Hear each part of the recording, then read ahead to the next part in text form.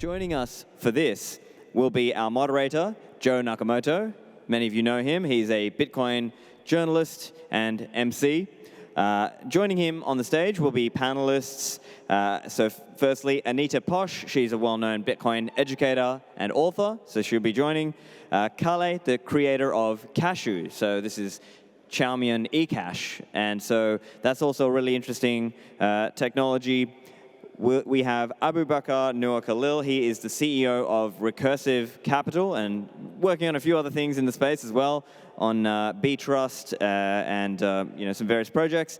And rounding out the panel, we have Julian Liniger. He is the co-founder and CEO of Relay. So everybody, put your hands together and welcome our panel.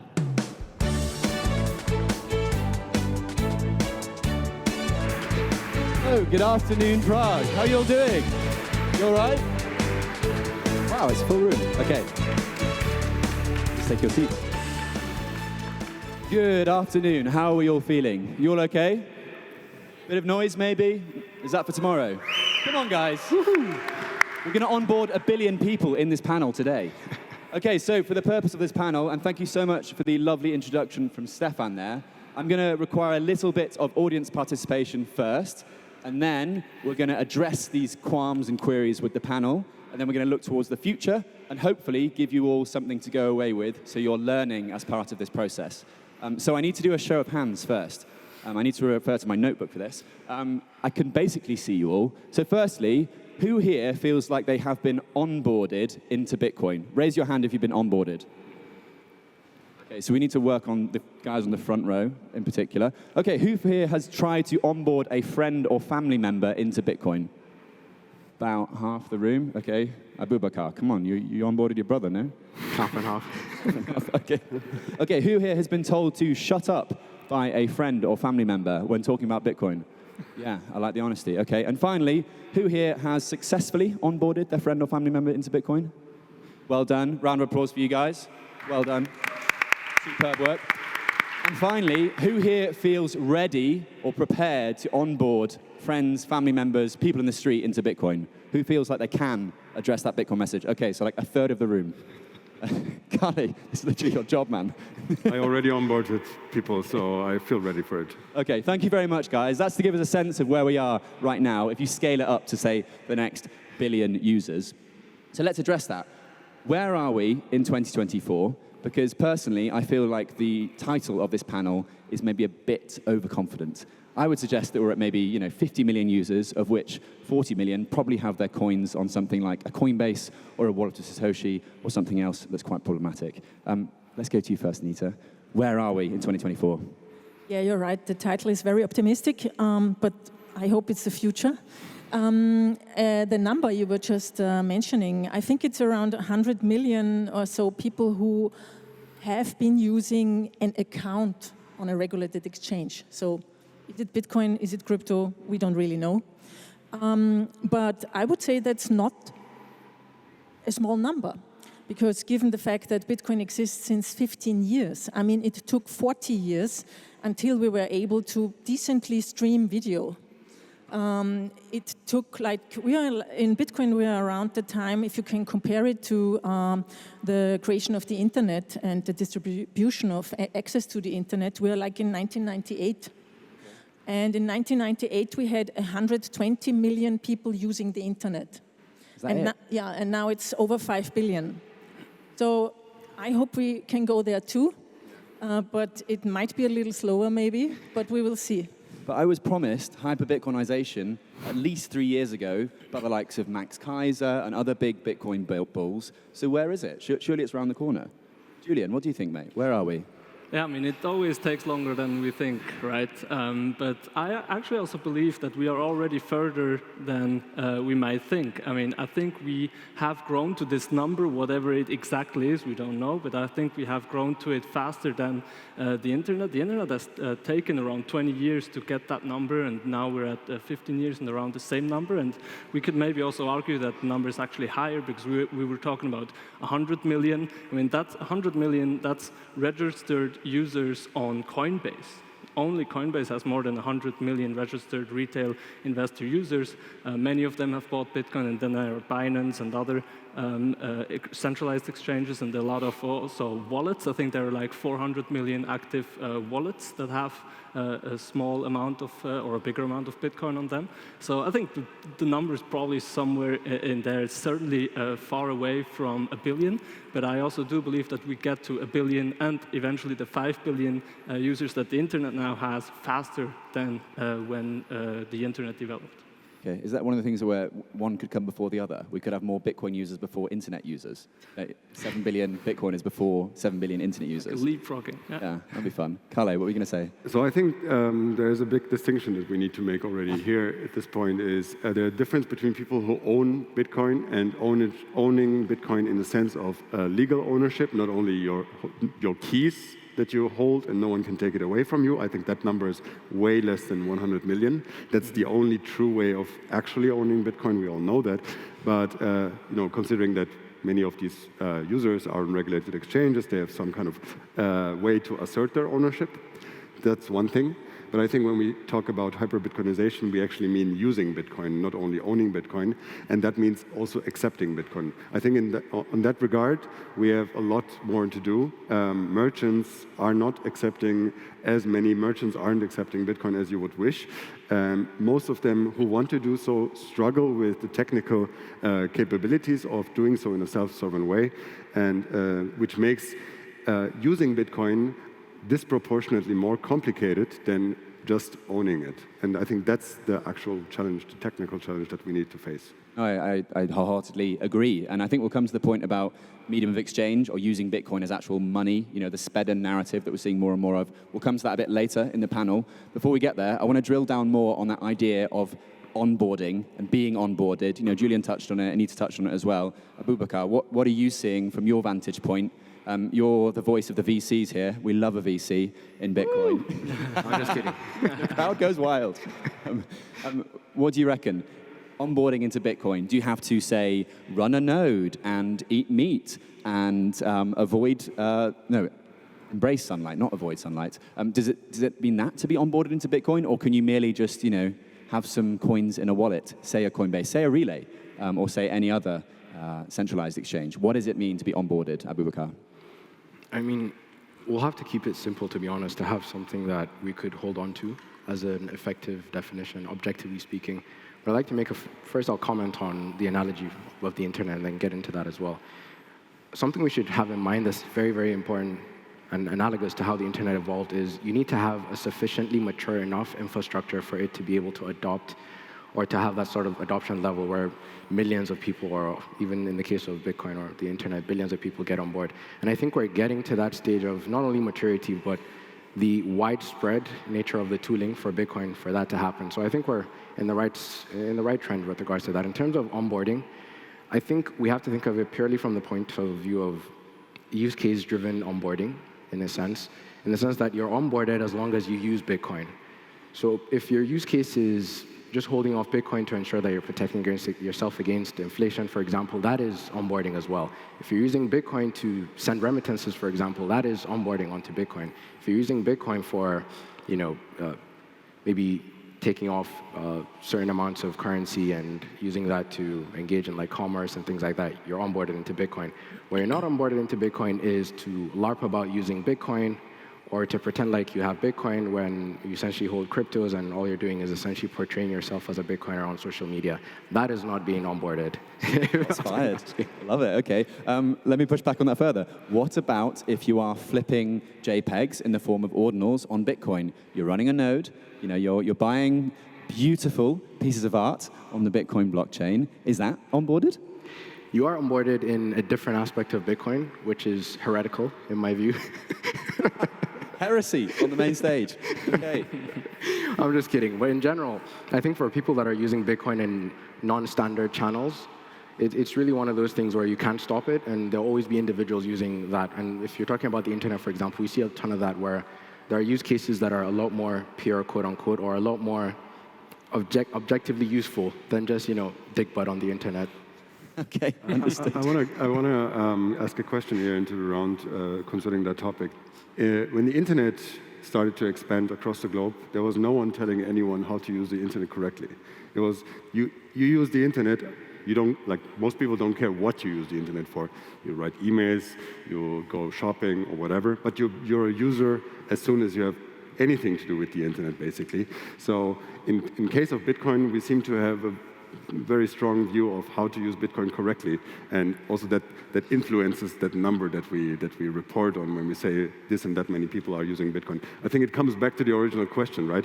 Are we, let's say, 5 million users who hold their own keys, or are we 100 million users who press the button that send Bitcoin from A to B? Yeah, no, agree. And I mean, I would push back on the idea that we tell people how to use the internet, because I certainly remember telling my grandma how to use the internet correctly, but I definitely wasn't doing it in the way that perhaps Bitcoiners do, you know, in terms of ideologically trying to impose something on other users and therefore using that as your yardstick to measure from. Anita. Yeah, but I think it was on another level, because you couldn't own a part of the internet. With Bitcoin, you can own a part of the Bitcoin network, basically. Well, you can also own a part of the internet by running a server, for example. And this is something that people have been actually pushing for, that the decentralization of the internet should have depended on people running their own servers. We kind of threw that idea away somewhere in the 90s when we realized that there is a huge technical burden for people to run their own servers. And we're facing very similar issues today with Bitcoin again. This is a fantastic discussion, and we're only 10 minutes in.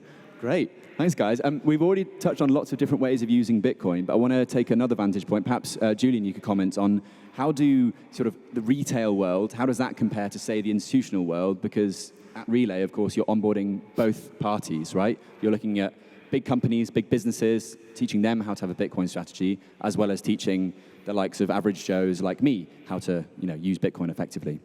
I think the onboarding and the education journey is a lot different between these two segments. The smaller people, like just the normal people on the street, the small retail investors, they want to try it out, right? To try it out with the $50, $100, $200, without even really thinking about it, without really getting deep into the rabbit hole, without many, even consuming a lot of education about it. They just want to try it out. So what brings them in a lot of times is the speculation aspect, is the even trading aspect. And then they go from Bitcoin to shitcoins, do all their experiments, and then all of a sudden they learn, because they have a skin in the game somehow. They are like they own something. It goes up and down. They freak out, etc. They have an emotional connectedness to it, and in the end, they really learn about it. And all of them, some sooner, some later, arrive at a point where they understand Bitcoin as what it is, as sound money, as digital gold, as something that has all these benefits. And then they get into a savings mindset, from like a speculation, trading, experimentation mindset to, okay, this is savings technology. I want to have a DCA long term. I want to save my purchasing power on the long run, etc. Let me just interject one sec. To what extent does that resonate with you guys? Have you also gone through that exact journey? Just raise your hand if that is something that you also experienced. The rest of us are still trading shitcoins, it's fine. But you know what I mean? That's the journey that a lot of us go on. But carry on with your point. I would say the average, right? Of course, we're all different, but that's kind of the trend we see. But on the other hand, for private clients, as we call them, or like high net worth individuals, or as you said, businesses or institutional investors, they, of course, they don't come in and like, just buy some things and like stack sats a little bit and try it out, but they have a much longer kind of education and onboarding phase before they actually do something. So like family offices, for example, or entrepreneurs that want to buy Bitcoin to put it on their balance sheet, like it's like B2C versus B2B sales cycles, right? They can be seconds or minutes for B2C, they can be years for B2B. And that's exactly the same thing, but then it has pros and cons, right?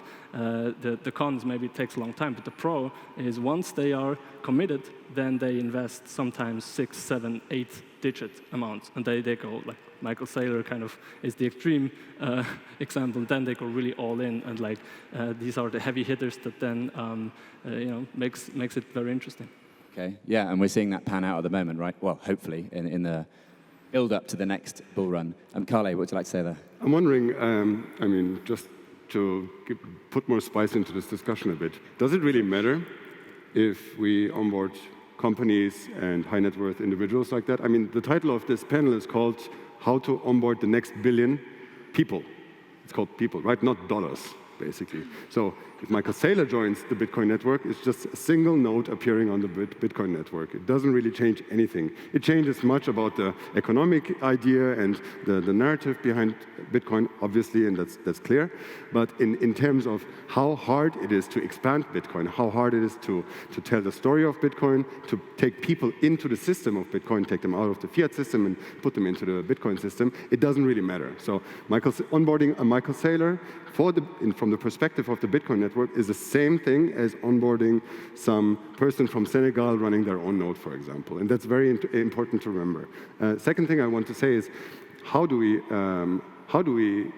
scale and increase the number of Bitcoiners? I think there's something that we can also learn from the internet, which is in terms of layers, right? So I just want to make this comment very clearly, because some people will hear that, is one of the biggest challenges in Bitcoin scaling or onboarding people are the fees. So you will hear shitcoiners say, use my chain because my chain doesn't have high fees. So the only reason why they have low fees is because no one is interested in their system. So as soon as you have people using a system, naturally it will increase in fees. So no shitcoin out there has a better way of scaling than Bitcoin. We all have the same problem. It's scaling a blockchain doesn't work cheaply.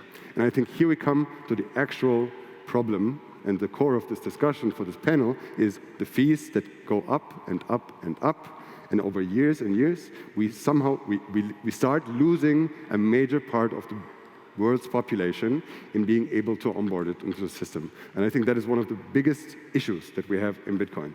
We will be able to get everyone in San Francisco into Bitcoin. Doesn't matter.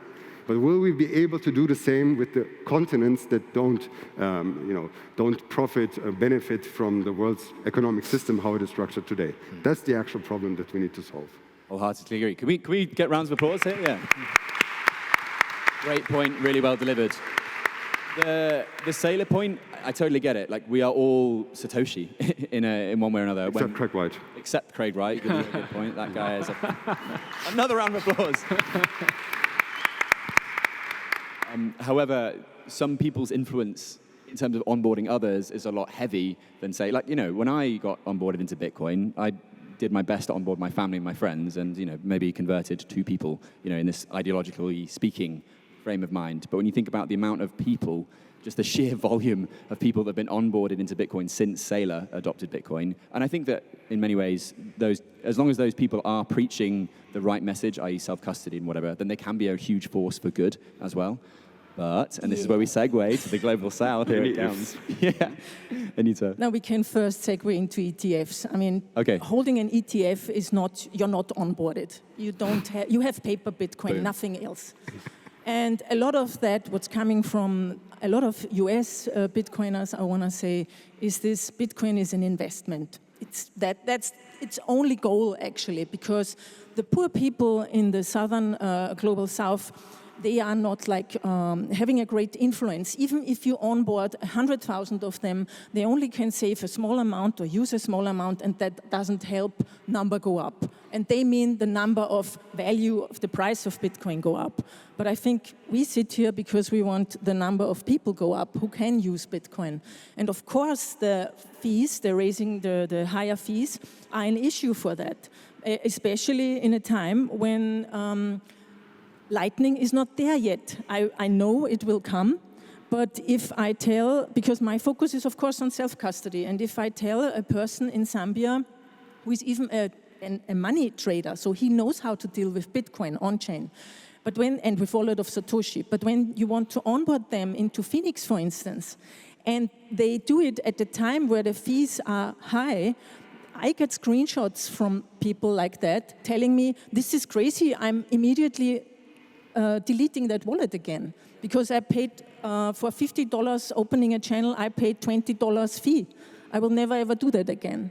So you lose these people. So I'm in my work at the moment at the point that I'm telling people, okay, start with wallet of Satoshi until you have stacked a certain amount of Satoshi, so a Bitcoin, like $100, and then you can move it if you want to save it for the long run to on-chain or to Liquid or maybe to self-custody Lightning. So I'm hoping for, and I hear it from a lot of developers yesterday on the Hack Day, there is a lot of work going on, and it's going to come. Lightning self-custody will become easier. I also believe that actually swapping into liquid might be a good idea for a lot of people, because at least you have self-custody and low fees as of now. So yeah, I'm trying different approaches, but of course, for the use case of medium of exchange, which is the more important for African countries, because people can't save. What they need is a censorship-resistant, permissionless money that they can receive from their families, from everywhere else, or that they can send within African countries, because the banking system is not working there. You can't easily send money from Zimbabwe to Zambia.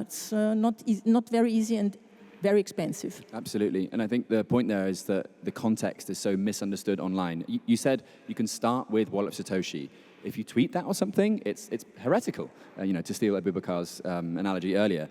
But the reality is that you have a family, or say you're talking about a trader in Zimbabwe. He had cash under his mattress. He's going from a devaluating, hyperinflating currency under his mattress to a, yes, custodial, but it is Bitcoin, which tends to go up in value over the medium term, wallet on his phone. And so, I've seen this personally in Peru, I've seen it in South Africa, I've seen it in Cuba, I've seen it in Senegal, I've seen it all over these emerging markets worldwide.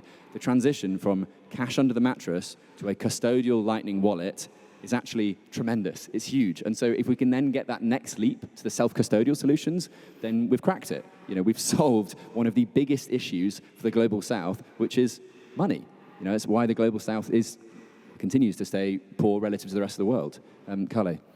So speaking of those people who call you a heretic when you say that a way to onboard a person onto Wallet of Satoshi is maybe a way to do.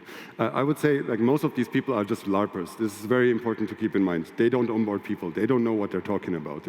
It is an ideological trap that we have built ourselves in Bitcoin. It's a very strong echo chamber, and everyone knows this. Like, I'm not telling you anything new about it.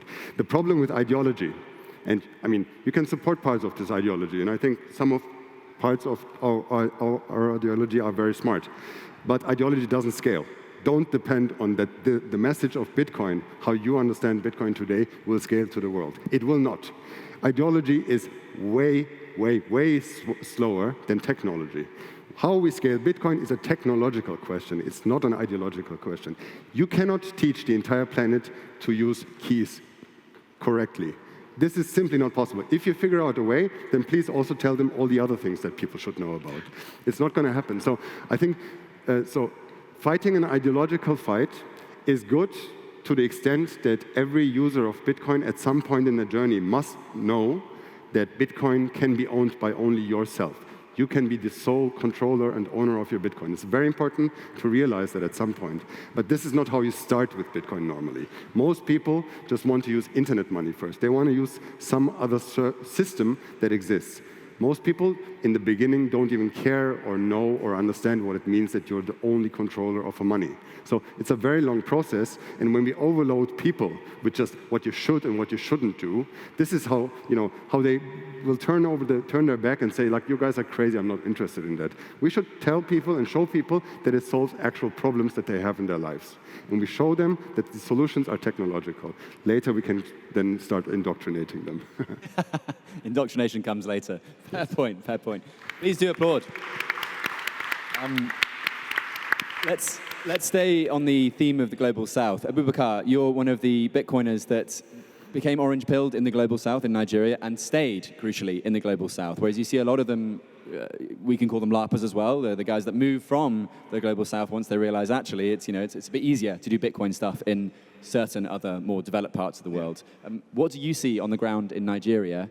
Does your experience echo that of Anita's? It does, and I think to tie it back to the point you're making about the benefits of orange pilling a certain crowd versus another, I think it's very important that we prioritize, for us to get to the billions and billions and the masses, we have to prioritize onboarding those masses, because without having them as the folks that actually onboarded, the priorities shift in terms of the technological standpoint. What are we building for? Who are we building for? What are the guarantees, both security, privacy, technical, and otherwise, that we're ensuring is really adhere to at the technical level in terms of the on-chain development or even with Lightning. So I think we have to focus, one, on orange pilling those that actually Bitcoin will benefit the most, which tend to be the masses themselves, specifically in places where Bitcoin is not exactly as high level, or at least they've done it through a grassroots level.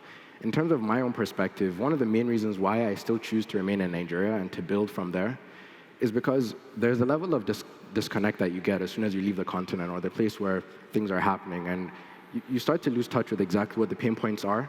You start to develop, again, postural statements, really, when it comes to how to onboard people the right way, and thinking with a lot of armchair philosophy, and essentially. So for me, to stay true to the mission requires me to be on the ground to connect with people that I grew up with. There's no point in me dictating to them, as countless generations have had to be done onto them, on exactly how to use money, how they should use tools and like that. And I feel for Bitcoin to really succeed, it would have to mimic the pain points that people on the ground that need Bitcoin essentially have. Otherwise, everything we're doing is kind of pointless. All we're doing is transitioning people from trusted, failed systems and fiat back into another trusted set of financial rails, which just have a different narrative essentially attached to it.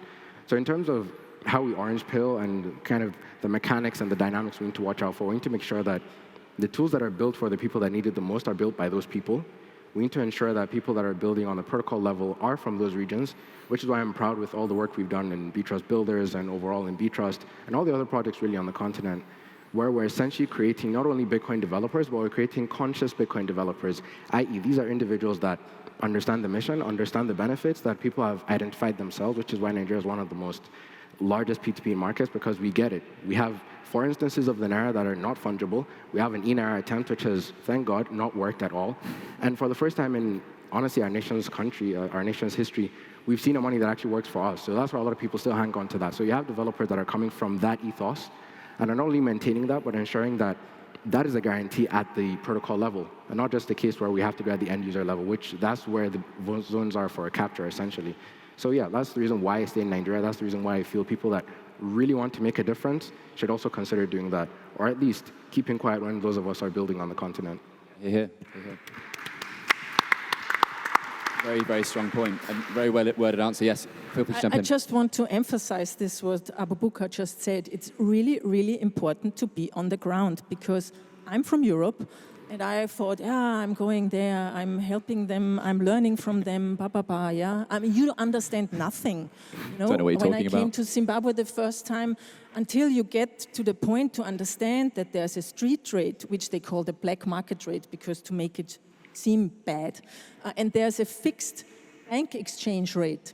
But then you know that, and then you go to the shop, and then you realize, okay, when you pay with mobile money, it costs you more than if you're paying US dollar cash. But then where did you get the US dollar cash? And on and on and on it goes. Or things like we spoke before about privacy and the dangers that people are in these countries. Like there are countries, I think it's even in Nigeria, where the police searches your phone, and if they find a Bitcoin wallet, they send the Bitcoin to themselves. Wow. So we were talking about like orange-pilled corruption. Amazing. A stealth modus for wallets, which is also interesting for us, like when I'm traveling anywhere in the world, to the US, for instance, I'm always a little bit scared that someone might open my wallet or my phone. And so a stealth mode, or where you can rename your wallet and put on another thumbnail, these are ideas that people who work in the US or in Europe, why would you come to that idea, yeah? I mean, only if you're very privacy-focused. And I think this is important that we also set a higher focus on privacy. Yeah, no, absolutely. I totally agree. And I wanted to get to the solutions, or the perhaps future solutions, but one more pain point just to address. I know we've talked about the Global South. Relay's recently introduced or rolled out Lightning. To what extent in the West, for want of a better word, is Lightning a solution looking for a problem? We all have Apple Pay. We all have Android Pay. We can all, most European cities now, and most of the US and Canada is, you can leave the house with just your phone and you can survive the whole week, no problem at all. So do we really need a Lightning-based solution in somewhere like the West? Clearly, we've made the case for it in the Global South, but what about the West, Julian? I mean, yeah, clearly more and more people want Bitcoin, right? Because of its benefits and want self-custodial Bitcoin. But then what we already discussed is the high fees. So for like we for example, we have around 100,000 users, and around 90% of them are what we call retail users that do very small amounts. Like they want to save $25 a week or $50 a month. Right? And if you do that, like have a savings plan, $50 a week, let's say, you amass 52 UTXO in 1 year, right? And then once you want to, maybe there's a fee spike, but you want to send this transaction out, like it's boom, it's not possible, right? So just to scale for 400 million Europeans that might be kind of almost wealthy compared to the global south, but still, like it's still small amounts, right? Most of them are still retail. They still, have not more than $100 to save a month, but they want sound money as well. They want to save even more than the like more wealthy people. They can afford like to transact in financial markets and invest, etc., to escape the inflation. But for the people that have $100 to save, and then that savings gets within a couple of years just melted away through inflation and higher prices, etc. They also need it a lot, but on the on-chain, Bitcoin on-chain, it's not going to scale. So for me, Lightning is not only a payment network, it's also a savings network in the end. Interesting. So stack on Lightning when it gets big enough. You get big enough UTXO, you send it to your on-chain wallet. Absolutely. Okay, so solutions time. That was kind of a solution, actually, there. I wasn't expecting that, so good job, Julian. Calle Ecash, as I'm going to call you from now on. Sorry, that was so bad. Talk to us about Ecash. What is it, and why should we be excited about it? Do you have an elevator pitch? I'm sure you do by now, right? Yeah, but I want to get back to this point real quick, and then we can transition to that. I think that's actually the important bit here is pain. Pain is what makes things scale. The same thing happened with the internet. When the internet was introduced, we were sending around small pieces of text. And then at some point, people wanted large pieces of text, and then we scaled the internet. And then at some point, people wanted like small images on the internet, so we needed bigger internet tubes. And then people wanted videos on the internet. And today we are at 8K video on the internet that you can stream. It's because we always reached a level where it wasn't sustainable anymore, and the pain just pushed us further. And the same is also happening in Bitcoin. In Bitcoin, we're only doing on-chain transactions for a while. No one was paying even fees. It was crazy. And then at some point in 2017 or so, things went, just crazy with the fees. And that's where we found the momentum to actually work on Lightning and enable it, such that we can now, also make use of these transaction batching capabilities of Lightning, basically doing only 2 on-chain transactions for if you want 1,000 Bitcoin payments in between. So now we're reaching, again, a pain point because we're growing and we're feeling the pain in opening and closing channels for Lightning. This is just a very simple napkin math problem. If everyone in the entire world had a non-custodial Lightning wallet with opening a channel and closing a channel once a year, you cannot fit everyone into the blockchain. Doesn't work. So we need to find another way to scale Bitcoin because we're kind of reaching that point. Another pain point that is also instigated is the heresy happening on Bitcoin with people minting 4 megabyte wizards on the blockchain, for example. It's also something that makes Bitcoin scale at the end because it causes a lot of pain. It doesn't help technically, but the pain really helps. So coming to new solutions into scaling. So there are a couple of them right now on the table. We can also talk about them. One of the things that people are interested in, and I want to give a small disclaimer, Ecash itself is not a scaling solution for Bitcoin. It's important to realize because what I call as a developer a scaling solution for Bitcoin is something that allows you always to exit to the layer below non-custodially without permission of the upper layer. And it's very important to understand. So for Lightning, we can truly call it a layer 2, because if you don't want to remain in Lightning anymore, you don't have to call the bank and say, please send my money back to the layer below. You don't do that. You close the channel, and no one can stop you from doing so. So it's a very important property for scaling of Bitcoin itself. However, if you relax the scaling definition a little bit, as we did in the beginning, we say how many people can interact with Bitcoin, how many people can use Bitcoin, then things like, wallet of Satoshi can even be called a scaling solution for Bitcoin. This is getting into hairy territory, so let's maybe not go there. So coming to Ecash. Ecash is a way to make custodial solutions on Bitcoin fully private and censorship resistant. It is something Bitcoiners need to wrap their head around, because we're always using Bitcoin in a non-custodial way, being censorship resistant and also offering great privacy if you know how to use it, and thinking of custodial solutions always as the worst kind of using money, because you can be rugged, you can be tracked, and you can be censored. So with Ecash, we're trying to build systems that can be built similar to custodial solutions that are not able to track your activity and not able to censor you as an individual user, which has a huge potential for the world, because, as we said, so many people are using custodial solutions because of technical issues we have in Bitcoin. Let's get a sense of where we are with Ecash then. So who here has used a custodial Lightning solution, like a Wallet for Satoshi or a Blink or something like that? It's okay, it's not heresy, don't worry. Okay, who here has used Ecash at some point? Yeah, we've got some Ecash fans in the house. Okay, nice. I used it, I had no idea how it worked. That's the idea. That's where we are, right, in 2024? No, the idea is that you don't need to understand how it works. You just want to receive and pay, and that should be the UX that everyone aims for. Yeah. Oh, okay, well, brilliant. Totally got it then. Really understood it.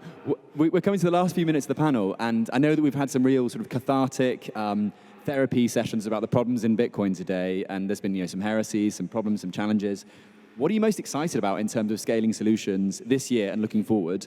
And we'll build up to a final question for the last minute, which will be about what's the biggest catalyst you see for Bitcoin adoption. So what are you most excited about in the Bitcoin space in terms of onboarding this next billion, or the first billion people? Who's looking optimistic here? I mean, Abubakar, that's a big smile. Yeah, I'll just jump into this. I'm very excited to see the swath of technology that's now available for developers to not only experiment, but actually push the boundaries of some ideas that people thought theoretically made sense, but now we can practically see whether they're bullshit or really if it could actually help with scaling. So I'm excited about that faction of development. Okay, super. Julian, what's exciting you? I love this as well, and I would like to see, or I hope we will see a lot more front end, like really to the user, application layers that as you described before, the user uses it, doesn't necessarily know what happens in the back end. Like the Bitcoin I own and transact with for free, very quickly, very simply, in a very nice, exciting, user-friendly way. I don't need to know maybe in the back end whether it goes through on-chain, Lightning, Liquid, Ecash, Fedi, whatever. I don't need to know, as I don't know if I use today, some social media or whatever. I don't know what happens in the back end with the internet protocol, etc. And I hope that in the next couple of years we will see much more of this. And then, because I really believe that we can make non-custodial, really censorship-resistant peer-to-peer Bitcoin more user-friendly than in a custodial censorship way, and that's what I'm really excited about. Nice, okay, super. Anita, what are you excited about coming to the last minute? I'm actually excited about the fact that now there are like 20 or 30 educational initiatives in African countries. When I flew there the first time, I only knew about one that was in Botswana, the Satoshi Center by Alakanani Itirileng. And now you have a map of an ecosystem, which is, to be honest, for the size of the continent, it's still small, but it's growing. And I think it will grow exponential from that moment on, when people get it and realize what they can do with uncensorable, permissionless money and tool. And I also am very optimistic that we get the message to more and more human rights activists. Because for them, I believe Bitcoin is really an essential tool to support their work in authoritarian countries, and that's why what I'm working for. Awesome. Okay, Calle, are you excited about more pain? OPSI TV, covenants. We need covenants to scale Bitcoin custody and enable UTXO sharing. Keep that in mind, please. When we come to a soft fork, then read up on it and inform yourself. I'm very bullish on that. And the second thing I'm really bullish on are individual developers. Single people with a single idea can change everything in this space. It is fucking insane. So am I allowed to say that? I'm not sure. But a single person can change everything. So open up your arms. Let's keep people coming in and learning about Bitcoin so we can all improve it together. Fantastic. Okay, we're going to go down the line. What's the single biggest catalyst you're thinking about that might onboard the next billion people? Whether it's, Trump as president, or it could be, CTV being operated. We'll go down the line very quickly. In the last 5 seconds, Julian. I think on the long term, it's going to be inflation, and with that, the price that is going to go up. Okay, next, Abubakar. I think the adversity that people face in parts like Africa is going to be a natural catalyst. And I'd say we need to get to a point where the same way we don't think about a seat belt of a car before you purchase a car is the same way we shouldn't think about all the privacy tools that should be implemented in UX. Okay, Calle, shorter answer, please. CBDCs. CBDC, wow. Great for Bitcoin. Great for Bitcoin. Bitcoin bands. Bitcoin bands, like rock bands. That too. You know what I mean. Awesome. Please give a round of applause to my wonderful panel, Julian, Abubakar, Calle, Anita, and myself. Thank you very much. Have a lovely rest of your day. Take care.